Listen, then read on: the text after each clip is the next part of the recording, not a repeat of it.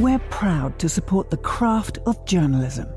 UBS brings you the latest news from around the world with The Globalist on Monocle Radio. Be part of an international network that brings together leading insights, research and technology across 24 time zones and 12 key financial hubs, with you at the centre of it all. UBS. Advice is our craft.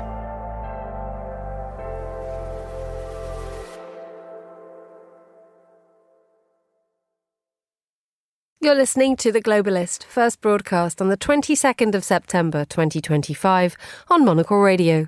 The Globalist, in association with UBS.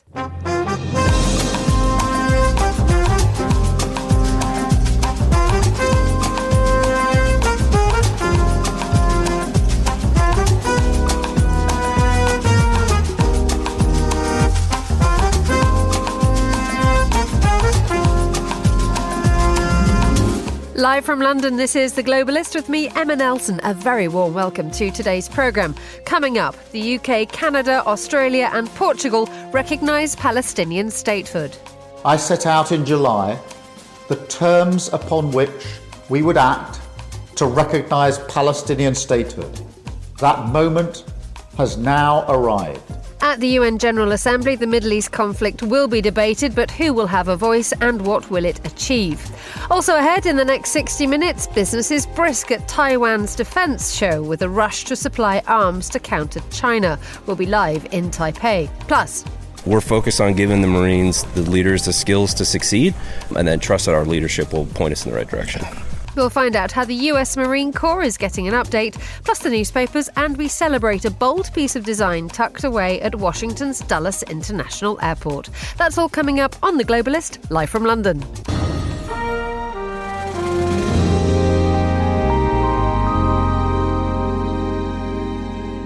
First, though, a look at what else is happening in today's news. President Trump has described the murdered right-wing Christian activist Charlie Kirk as a martyr.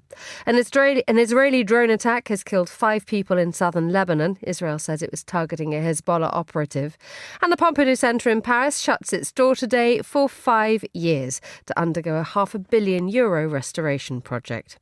Stay tuned to Monocle Radio throughout the day for more on these stories. But first, Portugal has joined Britain, Canada and Australia in formally recognising Palestinian statehood. The status is meant to revive hopes of a two-state solution to the Israeli-Palestinian conflict. It comes after growing criticism of Israel's military offensive in Gaza. Israel's Prime Minister says the move rewards terrorism. And world leaders will head to New York this week for the United Nations General Assembly to discuss the issue. Well, I'm joined now by Julie Norman, Associate Professor of Politics and International Relations at UCL and co-author of the upcoming book Gaza, the Dream and the Nightmare. A very good morning to you, Julie. Welcome back. Good morning. So this all happened yesterday. It was the UK, Canada, Australia and Portugal at the last minute, all recognising a Palestinian statehood. Could you outline what that actually means? Sure. So this is a move that was announced in the summer. So we were expecting this from these states, and France and Belgium probably to follow today. And essentially what this does is recognize, obviously Palestine has been recognized as occupied territories. It's had a non-state status, so to speak, in the UN. And these are the states saying, look, we recognize Palestine as a state just as equal to any other country in this body, in our relations, as anywhere else.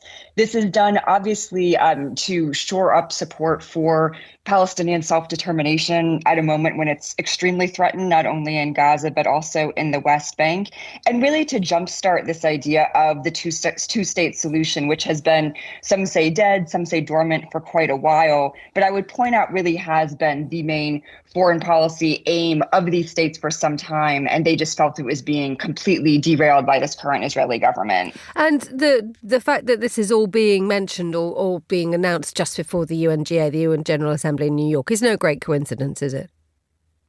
Absolutely not. Again, this was planned to happen now. It's happening in coordination with an Israel-Palestine summit that is being held today, led by France and Saudi Arabia. And I would also point out that it comes on the back of a very overwhelming endorsement of a declaration that was voted on last week by the UNGA, 142 votes, again, supporting a two-state solution, also supporting the disarming of Hamas, the release of the hostages, and the end to the war in Gaza. So a lot going on over last week as well as this week on Israel-Palestine. What is the purpose of doing this? I mean, given the fact that, Israel has come back and said this rewards terrorism, but the aim is what? It's to actually deepen the diplomatic isolation of an increasingly right-wing government in Israel, which does not seem to wish to sort of actively seek peace. Or is there a greater project here in order to try to come to some sort of conclusion of the Middle East conflict, which anybody who's ever spent 5 minutes looking at it knows is almost, if not nigh on, impossible? I think it's really important to see this as something bigger. And of course, there will be, criticisms and some takes that will just see this as political grandstanding, as symbolic only. But again, this move is taking place in a months-long project, if you will, between Saudi Arabia and between France to, again, focus on getting this two-state solution at least back on the long-term realm of possibilities. Everyone is very realistic that the situation on the ground now makes it very difficult to move things forward at all at the time. I think the states making this move are clear-eyed that it won't automatically change things in Gaza or the West Bank. But what it does do is, again, keep this more longer-term option on the table to have some option for Palestinian self-determination in the way that it's been envisioned for quite some time. And that possibility was just getting narrower and narrower to the point that it seemed if it's not recognized now, there will be nothing left to recognize if we wait much longer. It's a grand gesture in many ways, as you mentioned a moment ago. You said it's political grandstanding. But what change will this actually enact, given the fact that when you look at how countries are reacting to what is happening in Israel and Gaza, many countries have been very, very reticent to actually do anything of great importance, because we've got the European Union proposing higher tariffs on Israeli goods, but it's not sure whether that will happen. And we have, various pushbacks from countries from the likes of Germany. There is still a reticence, isn't there, for countries to actually do anything rather than just say something. Well, there is, Emma, but I do think that this move provides both, I would say, a foundation and even more an obligation to take more of those actual impactful steps. And I think first and foremost, that would mean addressing any kind of business with, engagement with settlements or settlement-made products. And so I think that's one area where you'll see shifts fairly quickly. Ireland and Spain have already made moves in this direction, in which case it would not be cutting off all aid with or all trade with Israel, although some are calling for that, but it would be saying, look, states that are recognizing the sovereignty of Palestine cannot be then supporting and importing goods from another state operating in that territory and claiming it as their own. So I think that's one step that you'll see gaining traction, as well as, again, more quote unquote symbolic things like consulates being or missions being upgraded to embassies, which does, again, just give a better a bit more stance and clout to the Palestinian diplomatic presence, which is also part of developing stronger statehood. I can add that I think we'll see a lot more support from European states for Palestinian elections, for Palestinian state building, as well as for security kind of training, as has been going on for a while. But the big thing, I think, is you'll see a very clear shift on settlements if they take this move seriously. And again, we need to wait and see if they will. But it is a year that the UN General Assembly voted overwhelmingly to adopt a resolution demanding Israel brings an end without delay to its unlawful presence in the occupied Palestinian territory. That was 12 months ago. Nothing has moved since then. That's right. And I would say this is where I think a valid criticism of obviously the international community comes through right now. It's been very difficult for most countries to do anything meaningful, not only regarding Gaza, but regarding the larger occupation, which again was formally declared illegal last year by the ICJ. And again, I think we see states now saying, look, we know we can't do everything to solve this conflict, but we need to do the things that we can. And that includes diplomatic levers on the one hand and increasingly economic levers on the other.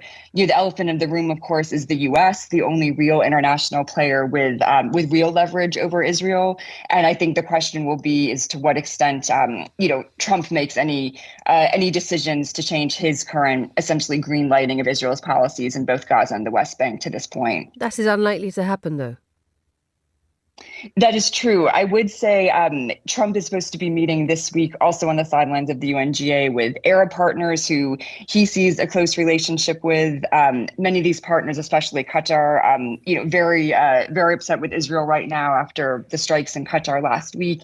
And even Trump does, I think, want some kind of end to the Gaza war, but it's figuring out what that's going to be. And again, I think right now we've just heard Trump kind of say this, but he doesn't really do anything concerted to end it. The question will be, I think, his relationship with the regional partners more than with the European partners on how he moves next. And looking at the region more broadly, the headlines this morning coming out of Lebanon is that an Israeli drone attack killed 5 people in southern Lebanon. Israel says it was targeting a Hezbollah operative. You also mentioned the targeting of Hamas leaders in Qatar last week.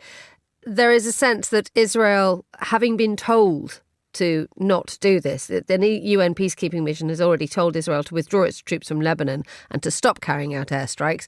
This has not happened. There is a sense that a rules-based order here is being challenged very strongly by Israel. Very much. And obviously, we've seen that in the region for the last 2 years with Israel's response, not only to initial threats, but then in these last several months, too, with really trying to establish this, this use of force anywhere that they see it necessary. And I think this altercation in Lebanon is one that is probably we'll see more of in the future. Again, the situation with Lebanon has been more stable, I think, than many thought. But again, Israel will continue to carry out strikes when they deem it necessary, and that is going to result in casualties, and that could derail these larger agreements. I think from Israel's point of view, they see this need for enforcement overweighing respect for the agreements, whereas, of course, most in the region internationally see the respect for agreements needing to outweigh these incidents of enforcement from Israel, which can just derail the whole thing. Julie Lawman, Associate Professor of Politics and International Relations at UCL. Thank you so much for joining us on The Globalist.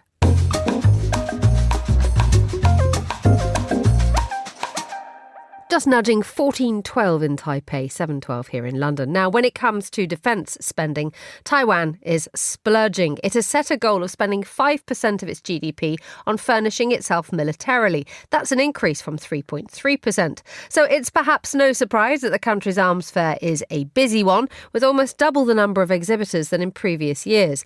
Now, William Yang is a senior Northeast Asia analyst for the International Crisis Group. He joins us on the line now from Taipei. Good afternoon, William. Thank you for having me again. Good to have you. Now, you've been down to the show to check it out briefly. What was it like?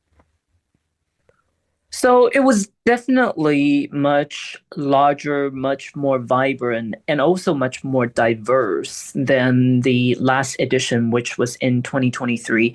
The number of exhibitors overall is 2 times more than last year, 2 years ago. And then at the same time, we are seeing a lot more focus on AI-driven and modern type of defense technologies and defense weapon systems. And one of the most important highlight of the entire 3-day show was Taiwan showcasing progress in its joint manufacturing and production of modern weapons with American companies mostly. And this is really to showcase both the determination from Taiwan to become more self-reliant when it comes to the military-industrial complex and capabilities, but at the same time, also showcasing Taiwan's progress in the so-called pivot to asymmetric warfare, which is focusing on smaller, more mobile, and also more modern and semi-automated kind of weapon system. Could you give an example of what asymmetric warfare looks like?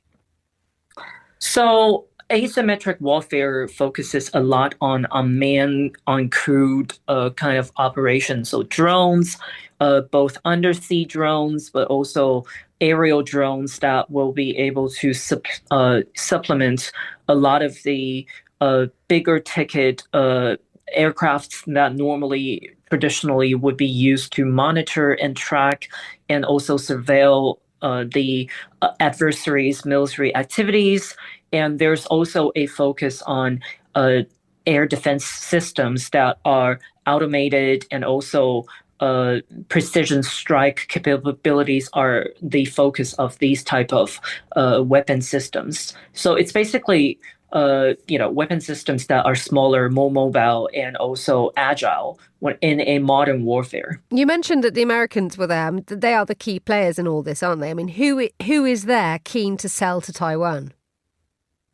So we got the traditional large defense contractors or defense companies like Lockheed Martin. They've been supplying Taiwan with the F-16 fighter jets, which is the most advanced military aircraft that Taiwan has right now.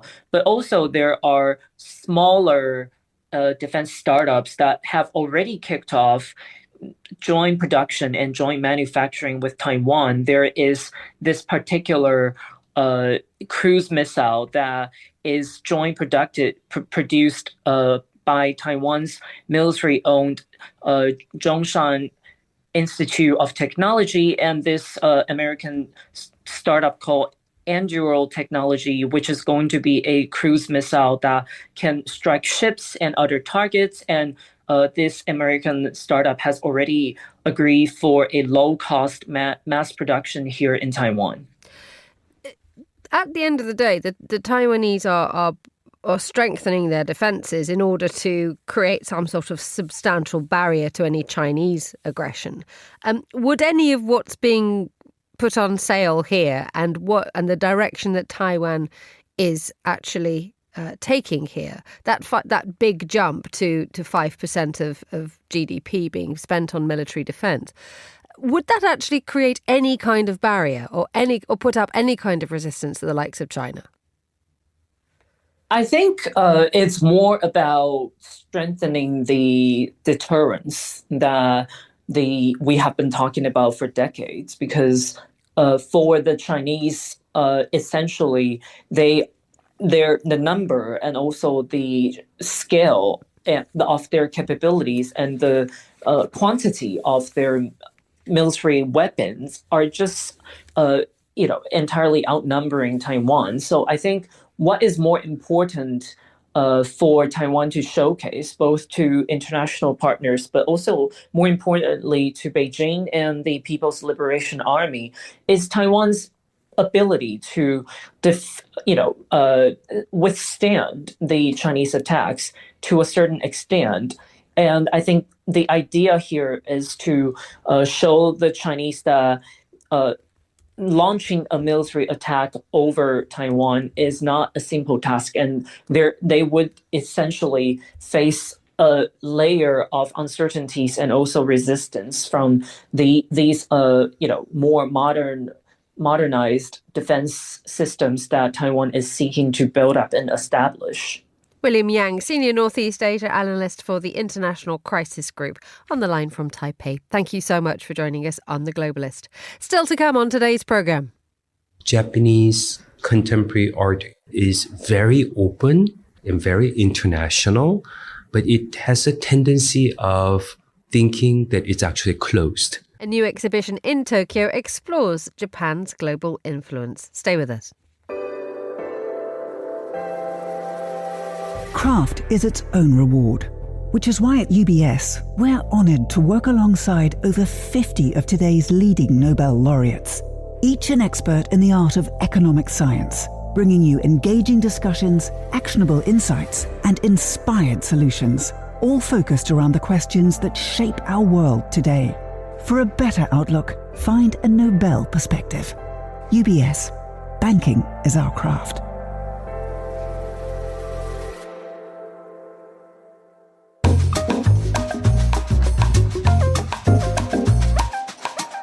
It's 7:18 here in London. Time now to have a look at today's newspapers. Joining me in the studio, Nina Dos Santos, international broadcast correspondent, former CNN Europe editor. You've just bounded into the room with bags of energy. Good morning, Nina. How are you? Good morning. Great. Yeah. See? Thank you. Start of a new week. Excellent. What's in Nina Dos Santos's diary this week? Trying to get over the hullabaloo of a big state visit from Donald Trump, second time around.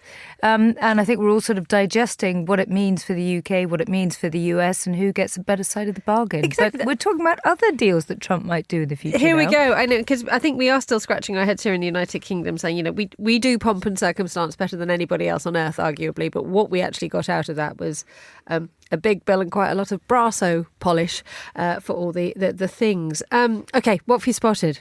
Well, let's start out with The Guardian, which has a good piece about how Kim Jong-un, apparently the leader, of course, of North Korea, could be apparently amenable to reviving talks with the United States if, quote unquote, they gave up their absurd obsession with us giving up our nuclear weapons.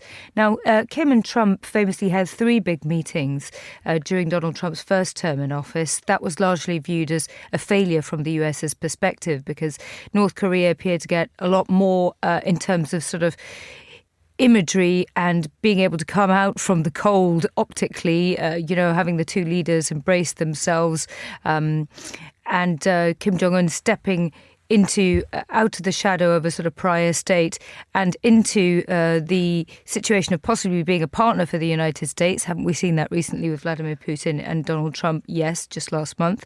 But at the end of the day, this did nothing to prevent North Korea from pursuing its nuclear weapons program. In fact, it upscaled it and it got a lot closer to Russia and China after, of course, the invasion of Ukraine by Russia back in 2022. But now Kim Jong-un seems to think that possibly there's wiggle room for a deal to be done with the United States and North Korea if America agrees only to make the demand of asking North Korea to scale back on its future plans, but not to completely demilitarize and to get rid of its stash of nuclear weapons. And that appears to be backed up by a proposal, or at least signals made in a Reuters interview by the new president of South Korea, who said he possibly could be amenable to that as well. This is personality politics all over again, isn't it? That the fact is that when you look at North Korea and the United States objectively, they are miles apart. But when you put Donald Trump and Kim Jong-un in a room together, it works. They get on well, clearly.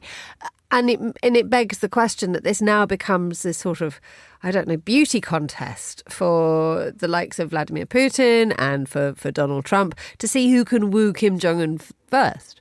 Yeah, absolutely. And I think Kim Jong-un knows that he's in that position. Having said that, though, I think one thing that the regime in North Korea is very acutely aware of is that for its own personal survival, because obviously North Korea is not a sort of free place where people enjoy prosperity or indeed anywhere near as much prosperity and freedoms in other places that aren't democracies like China and Russia. People still have a worse quality of life and it's far more draconian in a place like North Korea.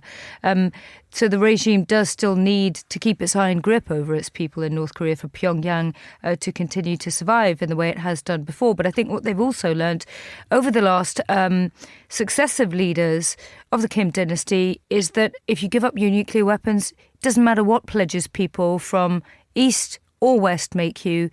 What Ukraine, Libya and anywhere else has shown us is that those pledges are not always to be believed. Thank you for that. Let's move on to an excellent article in Politico, which brings together the Venn diagram of geopolitics and climate change in the Arctic.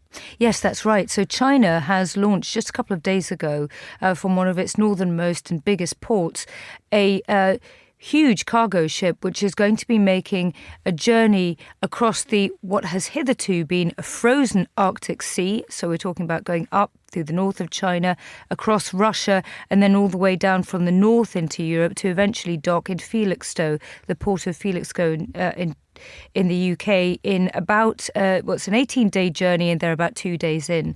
But what's really interesting about this particular route is that it's going to be a container ship that'll stop in various ports along the way. So when it comes to the northern part of Russia, obviously all of those places are barren and frozen. It's not going to be stopping in those types of places, but it will stop in at least 4 Chinese ports along the way and then several other ports in Europe, including the likes of, as I said, not just Felixstowe, but also Gdansk in Poland, Hamburg Hamburg, and also I believe it's going to stop in the Netherlands as well. Now, why is this important?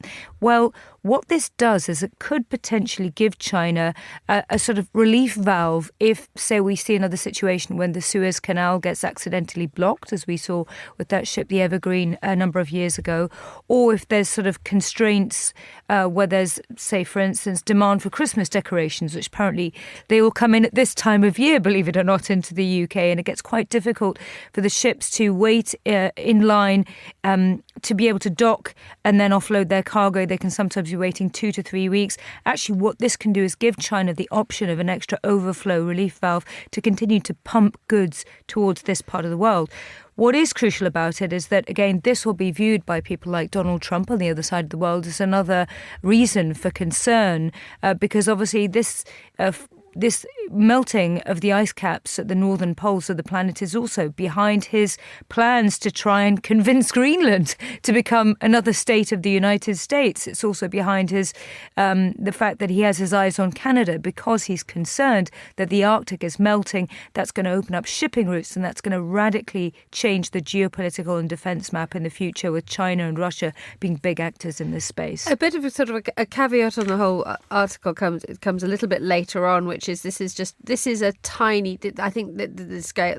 I think the quote here is the scale remains minuscule, although the geopolitics is huge. Although the climate change story is huge, the actual benefit or the actual changing to the way that goods are transported around the world is only marginally. Yes, only that's marginally. right. And I'd recommend anybody read this article in Politico, because full credit to them is it well researched. I learned things about the shipping trade that I didn't actually know before. And I remember covering about a decade or so ago all the fanfare when China was sending a train all the way from somewhere like Beijing to Upminster in the east of London. And that was a really big deal at the time, this sort of cargo train that was going to sort of revive the Orient Express and end up in East London. And it sort of fizzled out as a story. But I think this one has bigger geopolitical implications. And China, of course, as we know, has huge pockets of money. It likes to test certain geopolitical strategies. It likes to test certain trading strategies. It's also investing a lot in maritime defence and hardware. And so this is really a question of, as I said before, it's a test so that they would have this overflow capability and learn from it, get a greater footprint in the Arctic. No one's saying it's going to replace the Suez Canal or indeed the Panama Canal. By the way, Donald Trump, of course, has made sure that the Panama Canal is not owned by the Chinese, or at least so he says. So, again, it just goes to show how China really has its eye on these key shipping routes. I suppose you could call it a modern-day Hanseatic League. Uh-huh. Get it? Yes, very much so. Right, let's move to The Independent. Venice has lots of things on its plate. Too much tourism. Terrible problems with the collapse of the infrastructure, given the fact that it literally is built on wooden poles into the earth. But they're getting very, very het up about a group of children playing football. Oh, this story really saddened me, honestly. Regular listeners of your show will know I lived in Italy for many years, several years. I actually lived near Venice for about one of those years. And so I'm very familiar with the city, and I always find it extremely forlorn because it's a city that is depopulated. And also Italy is a country that is increasingly becoming quite elderly. The birth rate, as we know, is one of the lowest anywhere in the world. Your average median age of an Italian citizen, I was reading overnight last night, is 49 years old. And so there's not that sort of famous welcoming spirit towards young children in Italy is at risk of fading. And this is what appears to have happened. According to The Independent, which is citing various Italian media outlets, I won't go into the detail of them. If you read Italian, then I'm sure you can find them. They're saying that about 14 children, or the families of 14 children, aged between 12 and 13, found themselves summoned to pay a fine at the local authorities' office after their children were knocking a ball about in one of the square gardens on the island of Murano, which is famous for glassmakers. An elderly resident complained, and as a result, instead of just taking the ball away and having a stiff word with the parents, if these children are making too much noise, they were summoned, they had to pay fines, and they were publicly admonished. There are only 4,500 residents left on that particular island. And as I was saying before, Venice itself is sort of crumbling and aged. And it's sad if you can't even hear children play in the streets anymore because supposedly they're too much of an irritation to local citizens. Finally, who are getting older and older. Time is against us, but we must touch on an article in the Times that as an ageing population in Italy is being mapped by a sort of a tendency or a love for more foods which would be associated with an aging population, but with a younger. That's right. Have you had your prunes today? Look, honestly, I feel really, really bad having just guzzled 2 crumpets and no fibre on this particular story. But only 36% of over 65s are eating their daily intake of fibre, whereas 62% of Gen Zers are not just eating their daily intake of fibre, which apparently is supposed to be about 20 to 30 grams a day.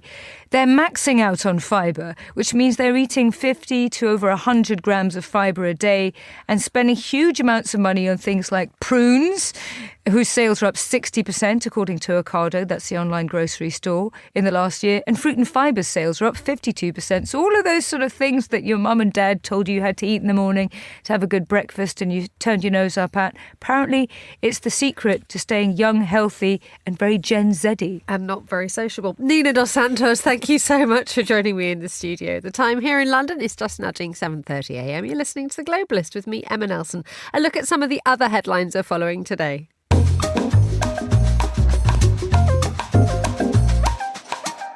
President Trump has described the murdered right-wing Christian activist Charlie Kirk as a martyr. Mr. Trump was addressing thousands of mourners who'd gathered at a stadium in Arizona for a memorial service for Mr. Kirk, who was shot dead while talking to students at a university in Utah earlier this month. An Israeli drone attack has killed 5 people in southern Lebanon. Israel says it was targeting Hezbollah operatives. The country's president has condemned the strike as a massacre. And the Pompidou Centre in Paris is shutting its doors today for 5 years. The museum, famed for its architecture and its art, is undergoing a €500 million restoration. This is The Globalist. Stay tuned.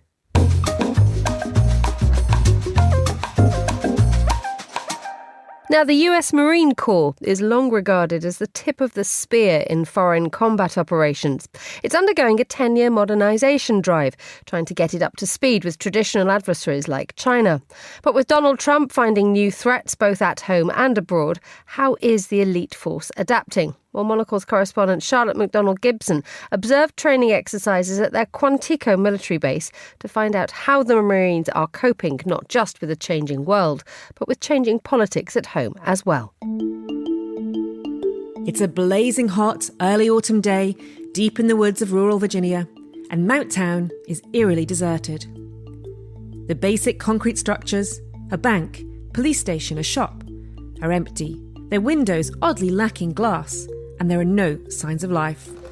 That is, however, until a company of young Marines comes storming through the trees and launches an assault, gunfire cracking and smoke grenades flying as they attempt to take the town, and impress their superiors, who are guiding them through basic officer training.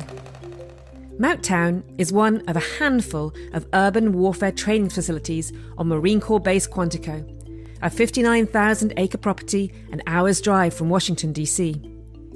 This mocked-up cityscape is a curious place, reflecting the changing priorities of the Marine Corps. It was built during the Cold War, and its structures are meant to roughly resemble a European town. But the signs above the doors are in Dari, the language of Afghanistan, a key battleground for this elite branch of the US military. These days, Mounttown is getting plenty of action as the Marines pivot for a new age of technological warfare where the urban environment plays an increasingly central role. Company Commander Captain Micah Thomas talks me through what the trainee officers are learning on the ground in Mounttown today. The very basics of operating in the urban environment, we use what's called the urban attack cycle. So reconnaissance, understanding the terrain, understanding the buildings that we are going to, how we're going to get in, how we're going to get out, how we're going to the next building. Isolation, so how do we cut off the building that we are trying to get into from everything else? We have another staff member here. They are going to help paint. So they help say, hey, you're taking suppressive fire, or hey, you have a casualty, you have an injury to your right leg. So if you hear that, that's what we call a paint. So that's without being able to have actual rounds, we have to explain to them what they're seeing so we can actually drive an action or a decision from that. It's painting. We call them paints because they're painting the picture of this scenario. Yeah. So it looks like these Marines decided that they weren't covered and concealed, so they're going to try to make entry from another way, or they're going to wait till they actually can put everything together to cross into this building right here. So the job of the people on our right is, when we decide to make entry into that big building, is where are they going to suppress and obscure with smoke to allow them to actually come out of the front in front of the enemy and make entry into their objective building. And the inevitable nature of urban combat is that there will be casualties. So when we sit about 8 people across the road, I assess that's probably too much, so that's something they can course correct. But because we sit that many people across the road with machine gun fire going back and forth, rockets, we assess casualties because they were moving across the road. Monocle watched 300 trainee officers being put through their paces at the Basic School, a 29-week programme which gives the men and women selected as Marine Corps officers the fundamental grounding to lead their troops into battle. Lieutenant Colonel Nathan Domachowski, operations officer for the Basic School, said the programme includes weapons training, martial arts, arduous hikes, land navigation and tactical planning. But now there is also training in unmanned drones, thermal sensors and masking communications, as the Marines try to keep abreast of technological change. How do we better integrate technology, and how do we establish foundational requirements for that we want all officers in the Marine Corps to have? Because the Commandant says it every time he comes here. If you want to change the Marine Corps, it's here. This is part of Force Design, a 10-year modernisation drive launched in 2020 to better equip the Marines to deal with the modern threat landscape, in particular the military threat from China. Force Design involves reorganisation and elimination of units such as tank battalions and a pivot to naval expeditionary warfare. It's also meant to be a technological revolution for the Marines, with a doubling of the number of unmanned aerial systems and a plan to integrate artificial intelligence into combat logistics and planning. But what were considered threats to national security in 2020 may well have shifted today under the presidency of Donald Trump. In June, the Pentagon deployed 700 Marines to Los Angeles to assist in quelling protests, the first domestic deployment for the Marines in 33 years. The National Guard have also been deployed in some cities, raising fears that Trump is militarising the presidency. Trump has also deployed Marines to the Caribbean as he targets alleged drug running cartels out of Venezuela. It's a branding overhaul too. Trump has renamed the Department of Defense the Department of War, and Pentagon Chief Pete Hegseth has vowed to reinstate warrior ethos to the armed forces. As is expected from serving military officers, the trainers at Quantico declined to be drawn into a political discussion, although Domachowski seems a little nonplussed about the latter move. A Basic School does not need its warrior ethos restored. But there will be an inevitable impact of the changes at the top.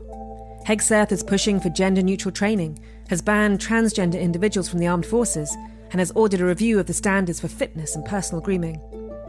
If Trump continues to deploy Marines domestically, there needs to be training in non-lethal crowd control and an understanding of the legal limits and rules of engagement on home terrain, where they can't, in most circumstances, make arrests or search individuals. Back out on the training field at Mountown, Lieutenant Colonel Michael Breslin, the school's warfighting director, says that while they keep across the latest developments, they try and focus on universal skills that would apply across any scenario. What we're tasked to do here is make sure that lieutenants are able to go out and succeed no matter where they're tasked. So in any sort of threat profile, any sort of facing threat, violent extremists, whatever this situation is, our duty is to make sure we have lieutenants that are ready to lead wherever we're assigned. Pressed on whether that includes domestic deployments, he demurs. We're focused on giving the Marines, the leaders, the skills to succeed, and then trust that our leadership will point us in the right direction. And that report was by Monocle's Charlotte MacDonald Gibson. You're listening to The Globalist.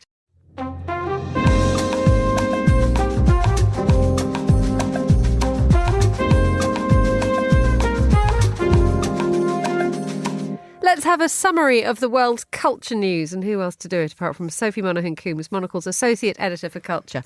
Welcome, Sophie. Good to have you back in the studio. Good morning, Emma. Nice Thanks to see for having you. me. Right, we do need to talk about Intervision, which was Russia's answer to Eurovision. Vietnam the winner. I don't think there's any spoilers because it went out on Saturday night, but take us through it. Yes, Intervision is very interesting. It has a very interesting history. So the Intervision Song Contest took place between 1965 and 1968, and then again between 1977 and 1980. And Intervision was an East European network of TV and radio broadcasters. So that's what it went through to be played on national broadcasters kind of across the Soviet bloc. And then, it sort of went away after the collapse of the Soviet Union, and Russia took part in Eurovision. It won in 2008.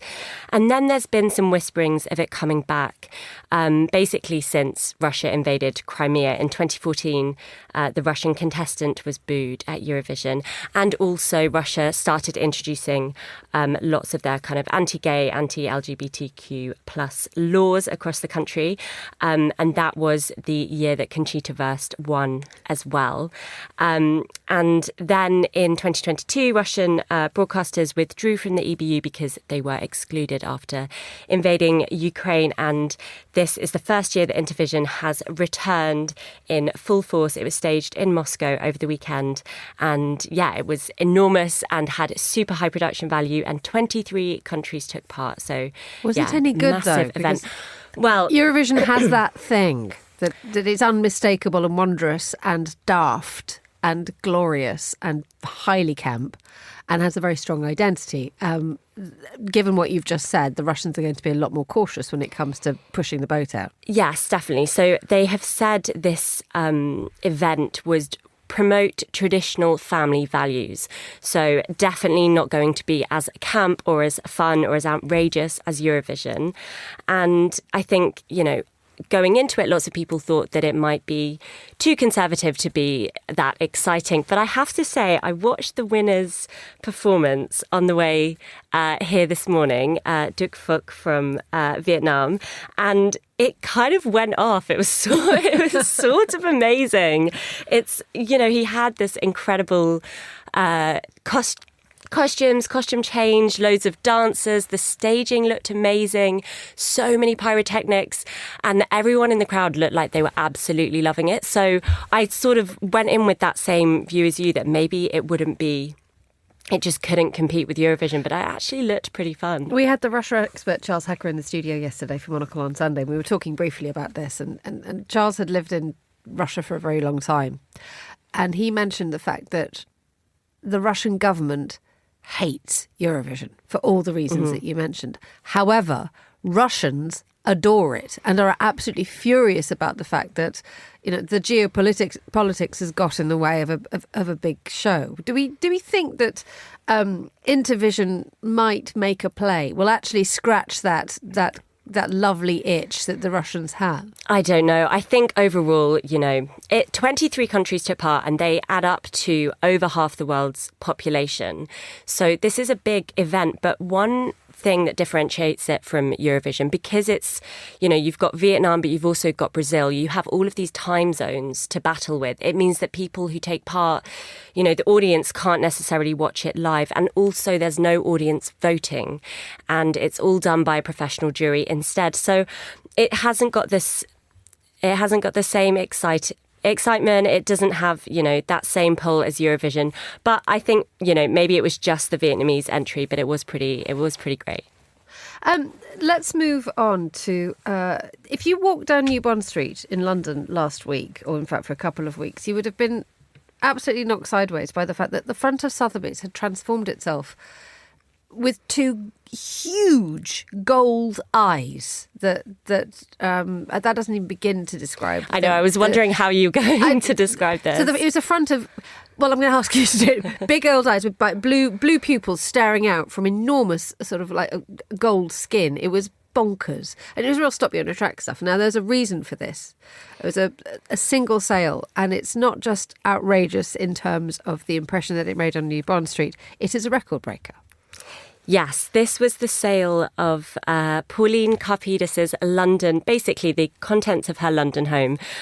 She was she is a woman who was born in Manchester in a working class family. She ended up moving to Athens, marrying a shipping magnate, and importing clothes, creating a boutique in Athens, and she imported clothes from the UK. She then became this amazingly prolific collector and had a lot of very deep relationships with many of the artists that she collected work from. And Sotheby's on New Bond Street, as you say, they kind of took over the entire, a whole windows size was made into these eyes. And then when you go in, they recreated her London home. And it was just an amazing thing to experience. There's kind of tiger print rugs that run throughout it, lots of leopard print, and then everything was just, all the furniture, chests of drawers that have been designed specifically for her. Lots of pieces by Claude Leland, including jewellery, which was amazing, and an incredible bed that I think is very reminiscent of, the bed and the jewellery that Calder created for Peggy Guggenheim. And she has that kind of sway. She is really, has these close relationships, as I say, and really been a champion for these artists. And as you say, for Sotheby's, it was this extraordinary and very sort of necessary, I think, positive white glove sale, which means that totally everything was sold. Yes, it's interesting that you've talked about Sotheby's reputation, the fact that there has been talk about the owner and how Sotheby's is rather emblematic of some of the crises that quite a lot of the luxury auction houses are going through at the moment. But going back to this article, I think it's The Observer, talked about the fact that this is a collection driven by instinct and conviction rather than market fashions, which is a lovely idea, isn't it? Yeah, I think it is, It's such an extraordinary place to be in, and to see her attention to detail. And what I was really struck by was it's just such confident collecting. It's such confidence in your own taste. And I think that's really singular. And she wasn't picking up these works because they were by big name artists, or she wasn't thinking about their monetary value. But I think she is just someone who has this incredible, very singular eye and love to be surrounded by beauty. Sophie Monaghan-Coombs, thank you so much for joining me in the studio. You're listening to The Globalist on Monocle Radio. With UBS, you have a truly global partner, incorporating new technologies, innovative approaches, and unexpected opportunities, leading you to insights that help answer the questions that matter, delivered with passion, care, and unmatched expertise. Because it's about rising with the dawn each day, knowing that we can do even better. That's what banking is to us. Not just work, but a craft. UBS. Banking is our craft.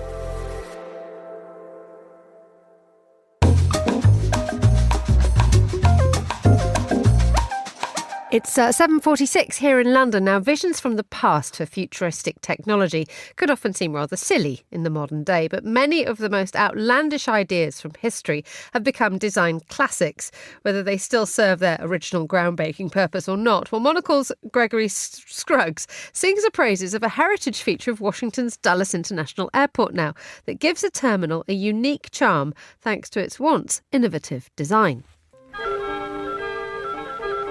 In a 1958 promotional film for Washington's forthcoming Dulles Airport, a bow-tie-wearing traveler with a cheeky grin on his face buys a Playboy magazine from an airport newsagent, then darts for Gate 29 as the doors immediately close behind him. The early arrival can spend time and money in the concessions, right up until the last minute.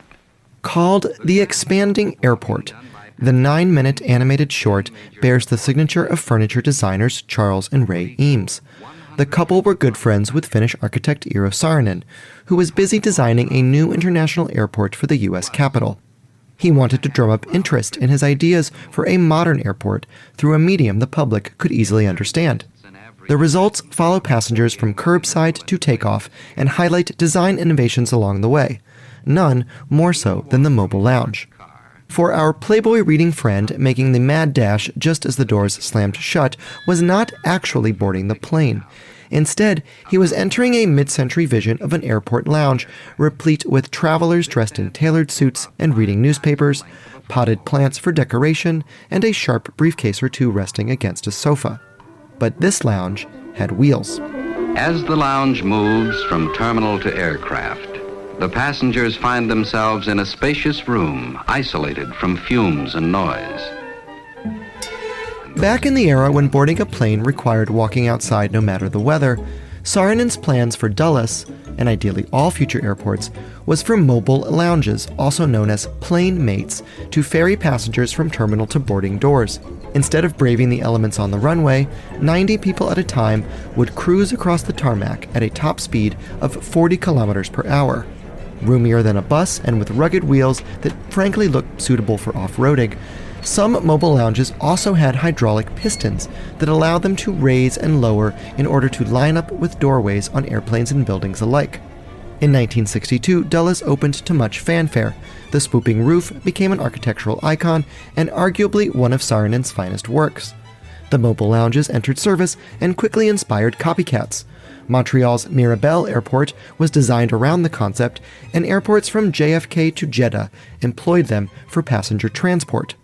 But the rosy vision presented in the Eames video did not exactly come to pass. The jet bridge was invented at the same time that Saarinen was sketching out his mobile lounges, and they went on to become a vastly more popular method of transferring people between aircraft and airport. And as airports grew in size, fixed rail systems ended up proving economical to move large numbers of people between terminals. But Dulles, true to its master design, held on to its mobile lounges. Here, too, the Eames video painted a more glamorous picture than the real-world version. The minimalist interior only vaguely suggests a lounge, and I assure you no passenger has ever been served a pre-flight cocktail during their few minutes tootling across the runway. More to the point, the mobile lounges at Dulles are rarely used for their original straight-to-plane function. From noble plane mates, they've been downgraded to more pedestrian people movers, sending passengers to outer concourses not otherwise connected to the main terminal.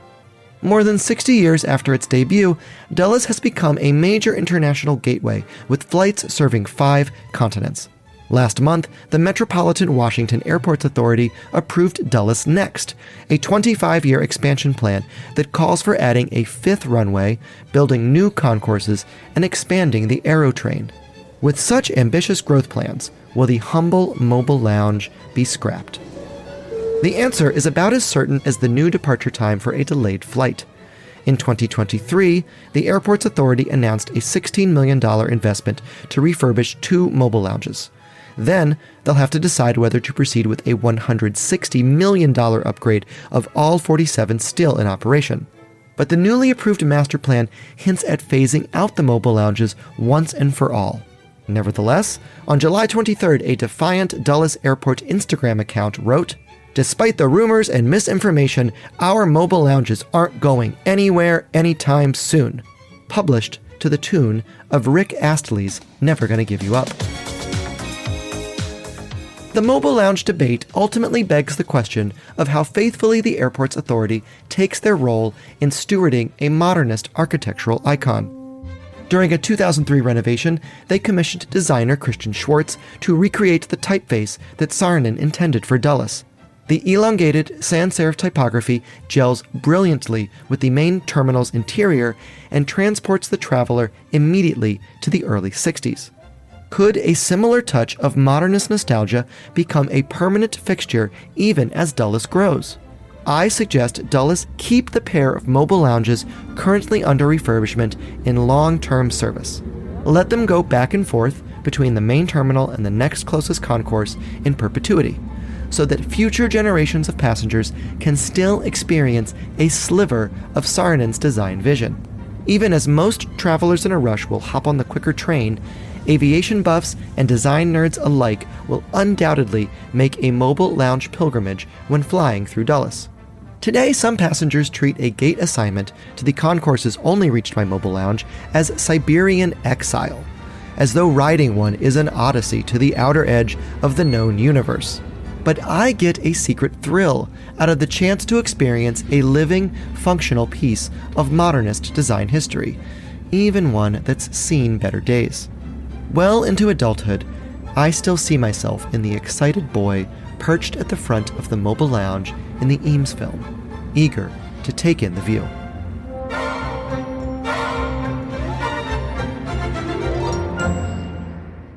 Lovely stuff there from Gregory Scruggs. You're listening to Monocle Radio.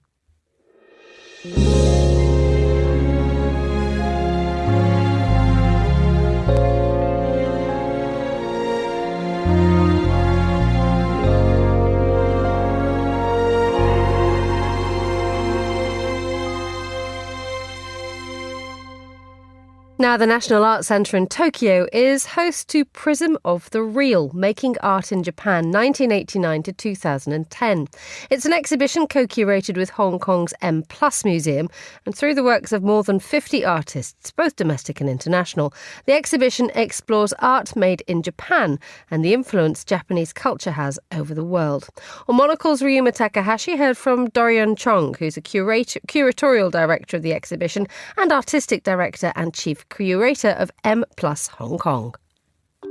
I thought that studying Japan was very, very important because it has the longest history of modern art or modern anything, really, because it began the process of modernization before most of the countries. So I've been really studying and thinking and following Japanese modern history in general.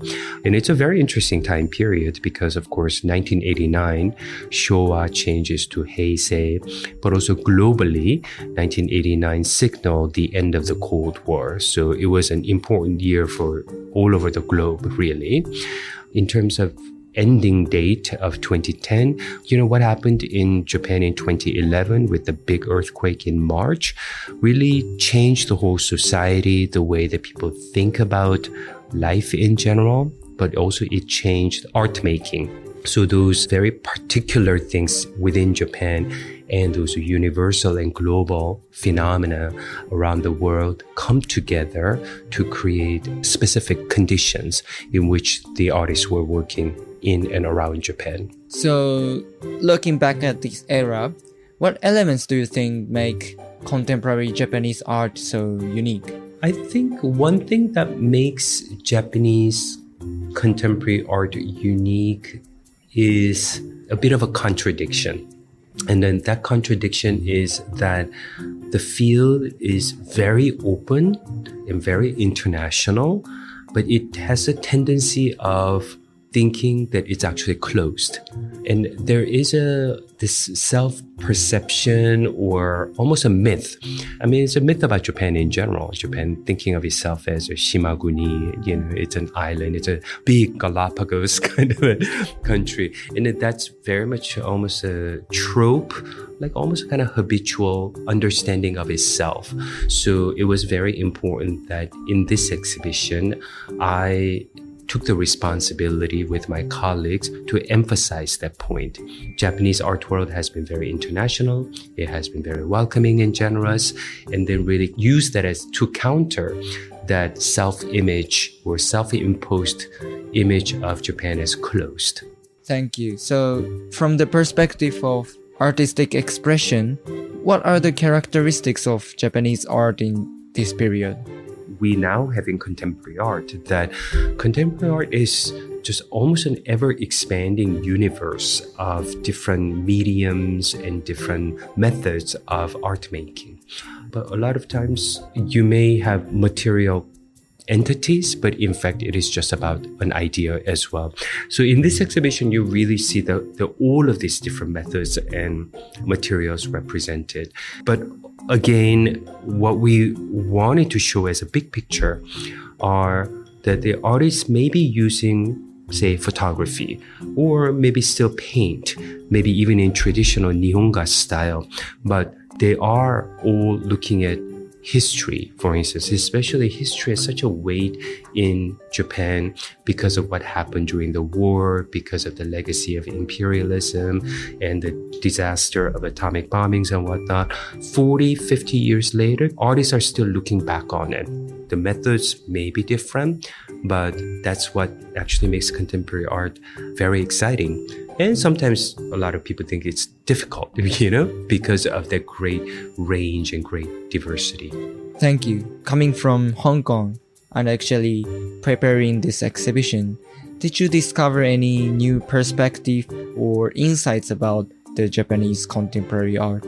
even though I worked with my colleagues to put this exhibition together for over 2 years, almost 3 years, that walking through the finished exhibition, I'm really struck by the very strong images and objects that came out during this period. The kinds of colors that were used, or the very striking forms that are used.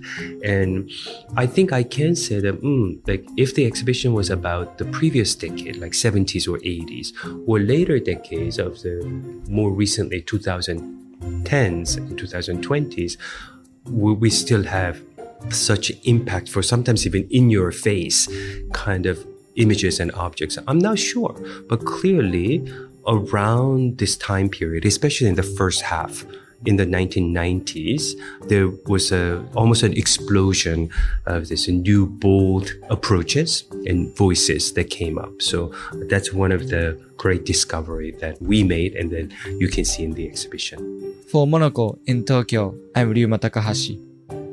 Thank you, Ryuma, and that's all the time we have for today's programme. The warmest of thanks to all my guests and to the producers Hassan Anderson, Carlotta Rebello and Anita Riotta. Our researcher was Daniela Braw-Smith and our studio manager was Mariella Bevan.